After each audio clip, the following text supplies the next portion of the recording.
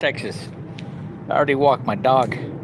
I had to go to an appointment at the VA this morning.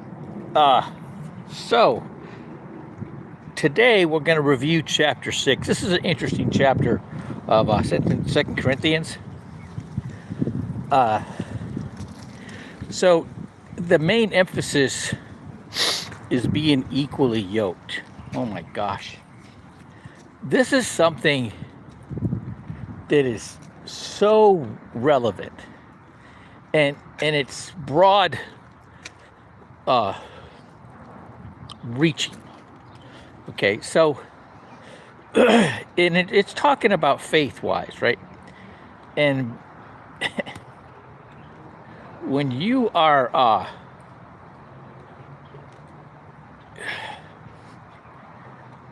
when you're with somebody, I don't care if it's a relationship or a association, when they don't know or they're not on the level you are, it's complicated.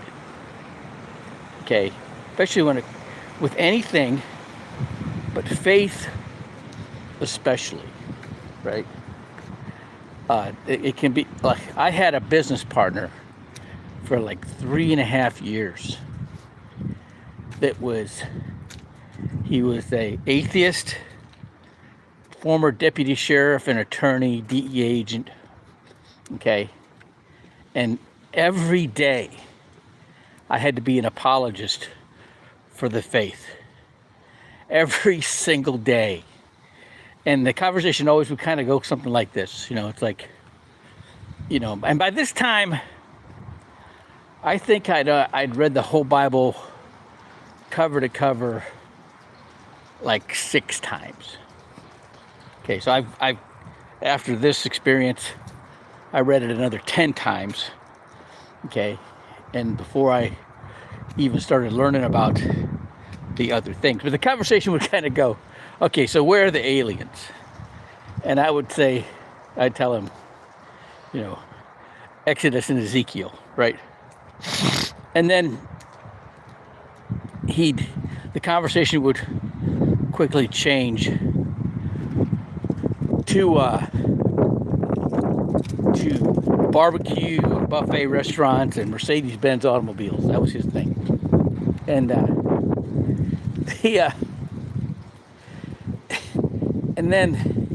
and I'd heard about him, like he was a Catholic, grew up, altar boy, big guy, right? And big kid. And he had a brother that was molested by a Catholic priest, and he had another brother that was fathered by a Catholic priest. And then this one Catholic priest touched him inappropriately. So he's like 12 years old, and he smashed that priest, right? And his dad was very influential person. He was the guy that actually got Sears and Roebuck to start hiring blacks. He actually remembers having Martin Luther King come to his house and talk to his father about this kind of stuff, right? And so his dad let him stay in Catholic school, right? But he was like done with religion and God after that. From that point on, he had a disdain for Christians. Now he got me. I claimed to be a Christian, but I would curse. I had a problem with it. And he said to me one day, he said, in very calm voice, very calmly explained to me, he says, when you claim to be a Christian and you curse, right, both atheists and Christians think you're a hypocrite. And it got me to stop, just like that. Okay, but one day he was like, okay, he took me to lunch and asked me how things were going, and then he wanted me to admit that God was not real. And I'm like, you know, it'd be hard, you know, that's going to be hard because, you know, it'd be hard for me to admit that he isn't real from all the things I've seen and the things that happened in my life, right? And next day, he severed our relationship, and he went on his way, and I went on my way. Okay. And but I got real thick skin over that period, right? I mean, because all of his arguments were goofy. They were, you know, he had no comprehension. Okay. And that's, he didn't know what was in the Bible. He didn't know, sure enough, didn't understand the secrets of Scripture. Didn't understand the symbolism or the Paleo Hebrew, none of that, right? And you know, he now if I knew then what I know now, I'd have been talking about the Nephilim to him, and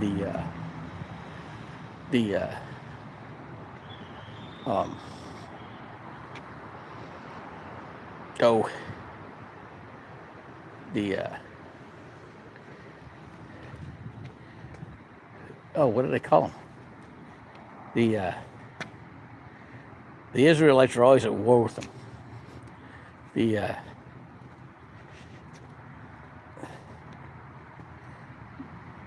Doggone it. The Philistines, right? I'd have been talking about that, you know, and because I understand a lot more now what was going on. Hey, everybody. You're a southpaw. Okay.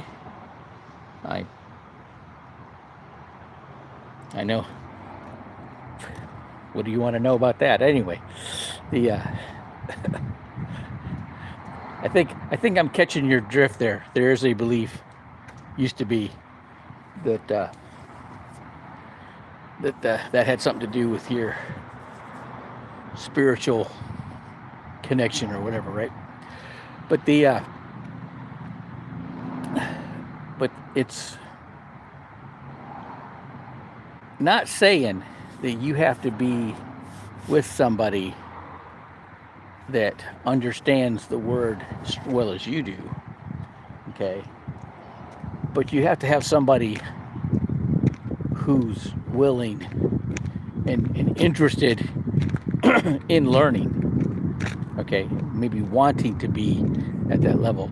It's not so much the level of knowledge, but the level of desire, okay? And that goes with anything, a business. When you're not on the same page with somebody, it'll come out, right? And it's better just to cut ties, right? And let them go their way, you can go yours. All right. Well, thank you for tuning in. Have a good day.